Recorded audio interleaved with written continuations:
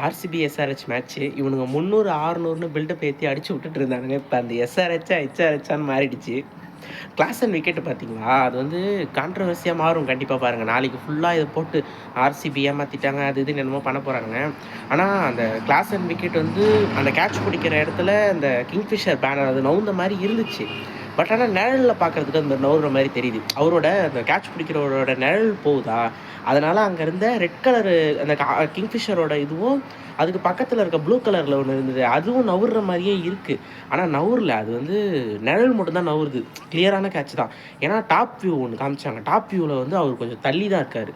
சூப்பரான கேட்ச். எனக்கு தெரிஞ்சு ஒரு வேளை ஆர்சிபி ஜெயிக்குதுன்னா, காரணம் இந்த கேட்சா தான் இருக்கும். ஏன்னா அதுக்கு முன்னாடி தான் குணால் பாண்டியாவ அவர போட்டு கிழின்னு கிழிச்சானுங்க. இஷான் கிஷனும் அப்புறம் கிளாசன் வேற ஒரு 6 அடிச்சாப்புல. விட்டுருந்தா கிளாசன் மேட்ச முடிச்சுருவான்.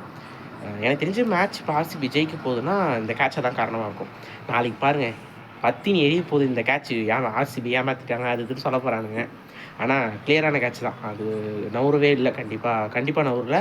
அந்த நிழல் தான் நவுந்த மாரி தெரிஞ்சுது.